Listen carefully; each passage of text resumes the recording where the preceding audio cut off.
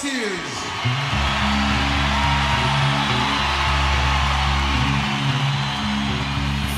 Vinyl and cassette community, and soon to be many more communities. What's going on, everyone? It's LJ, and I'm here tonight to shoot a CCLT, or Cassette Community Love Train video for two packages that I got in the mail. And I have good news and I have bad news. But we'll go ahead with the good news first, and then we'll end this on a nice sour note with a bit of a rant. So hang around for everyone that loves cassettes and loves seeing what people within the vinyl community and cassette community just have the big hearts to do for each other, and sometimes how that turns out not so good. First of all, if you can hear it in the background, it's a slightly new setup. So behind me, well, on this side, this is the IKEA shelf that you've seen in, I think, just about all my videos, going back to the very early ones. And then I picked up another 16 cube shelf, which I had put in front of this one, kind of library style, so you could walk in between them.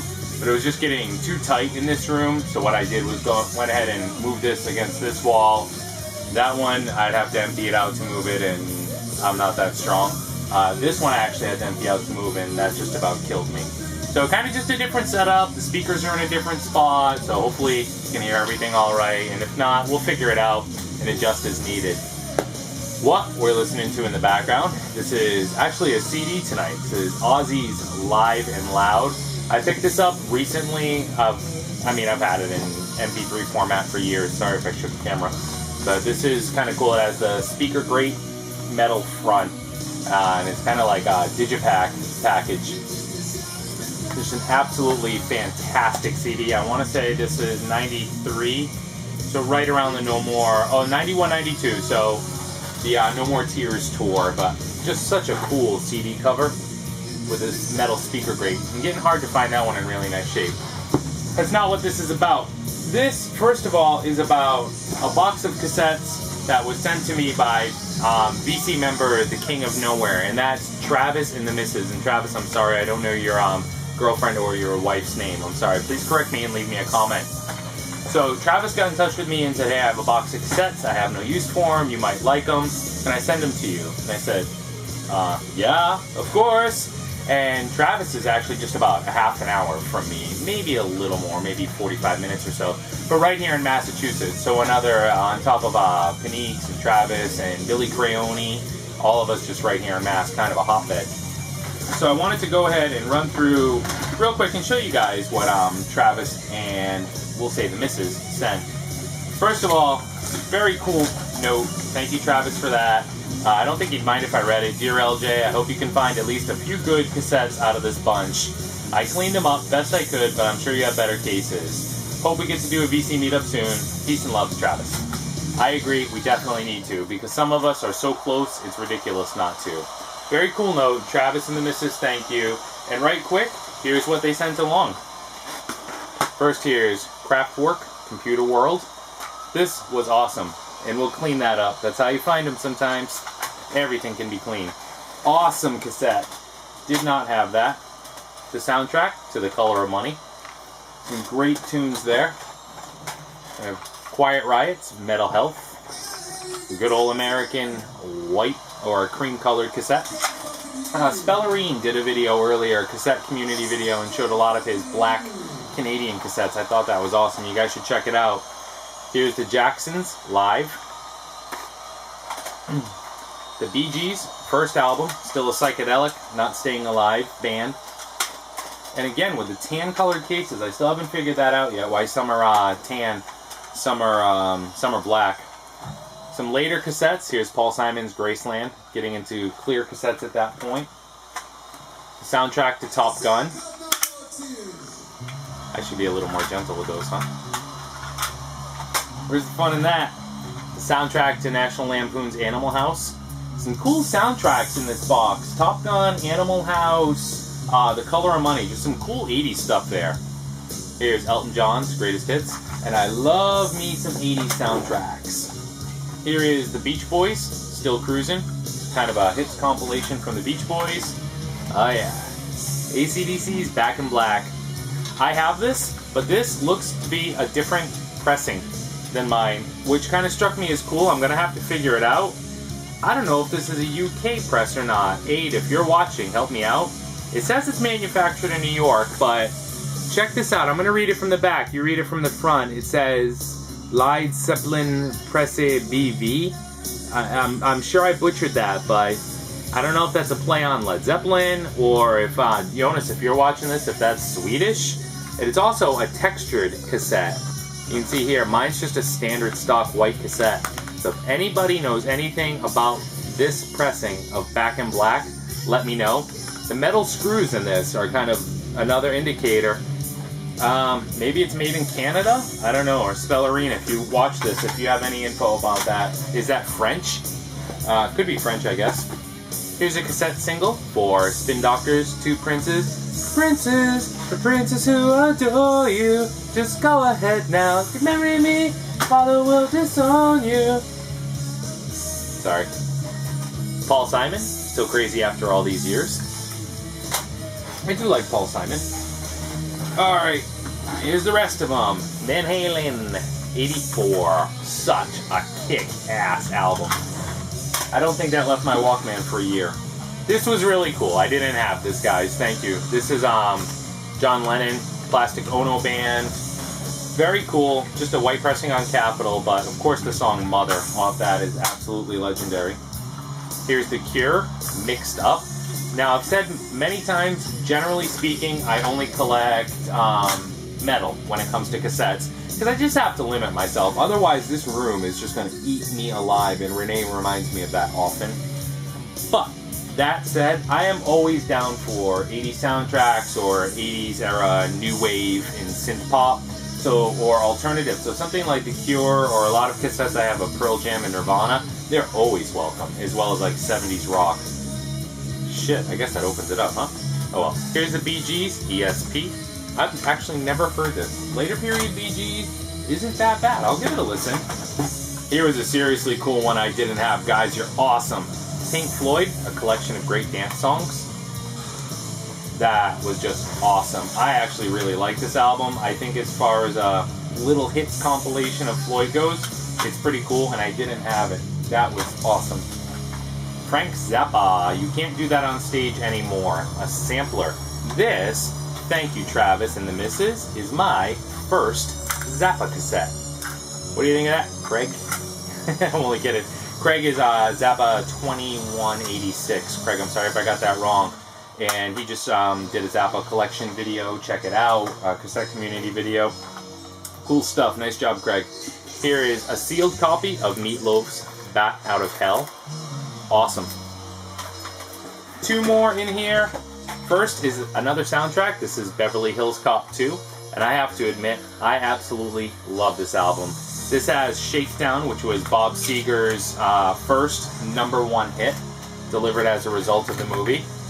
Of course, I'm an 80s brat, so I think this is one of the best movies ever made. Better Way by James Ingram is a killer song. In Deep by Charlie Sexton. Hold On from Corey Hart. Honestly, this is a fantastic album. I've had this on CD for a long time, and it's often in the car. It's a really good mix of hits as far as the 80s go. And the ultimate classic, Elton John's Goodbye Yellow Brick Road. And this, I'll switch out the case on, clear cassette, so a later pressing, but still an awesome album. Travis and the missus, that was awesome of you to think of me. Thank you so much. I had a wicked, there's Boston, good time going through those, seeing them, opening them. I've had them for about, I don't know, a few days now, so I'm sorry it took me a bit to get around to making a video. Guys, I'm going to get you back. Travis, I got what you're looking for, and it's going in the mail. Hopefully this weekend. Got a couple things going on, but don't worry, it's coming your way. And even media mail can't take that long to get to you. We're both in Massachusetts. Speaking of mail, bit of a rant. I also got an email from Robert, the teacher, here in the vinyl community.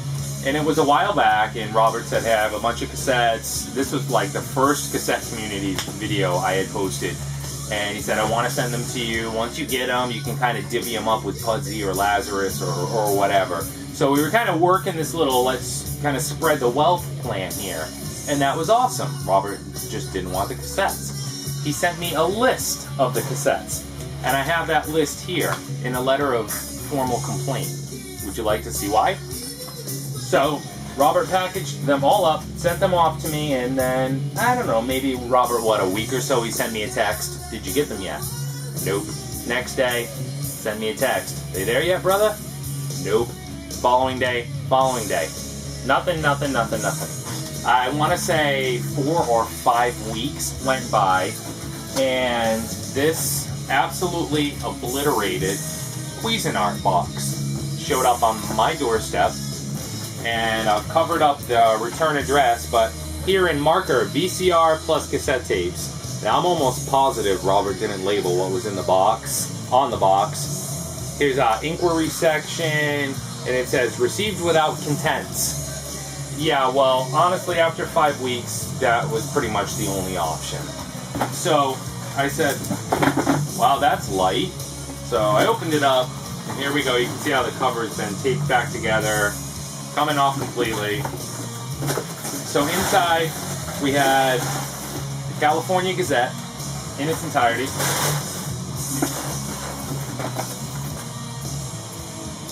Are you seeing what I'm seeing?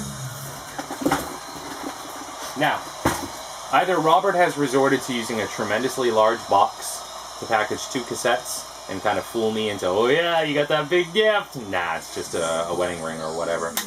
So here is the Goo Goo Dolls, A Boy Named Goo. And for that, I want to say thank you because I didn't have it, and I will happily add that to my collection. And Pearl Jam Versus. This I did have, but maybe this copy is just in better condition than mine. And still a great album. That said, here, there's no address information on here, is the letter that came in the package, in the box. Pretty much, dear postal customer, the enclosed has been damaged in handling. We realize your mail is important to you. I'm going to paraphrase. We make every effort to properly handle and deliver to you, and I understand that. However, due to the large volume, mechanical methods must be used to ensure prompt delivery. Unfortunately, damage sometimes occurs. Blah, blah, blah. If you would like to, if the contents of your parcel have not been satisfactorily accounted for, and you wish for a search to be made for any missing articles, please furnish an accurate and detailed description of each item, and send that to us along with the date the parcel was mailed to the Atlanta Mail Recovery address.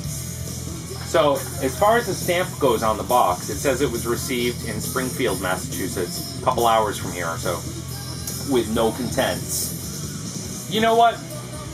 I don't think anything is going to come of it if I send them a letter and say, can you please scour the warehouse, of which millions of pieces of mail flow through every day, and please locate 51 minus 2, 49 cassettes that are missing, because that's what was in that fucking box.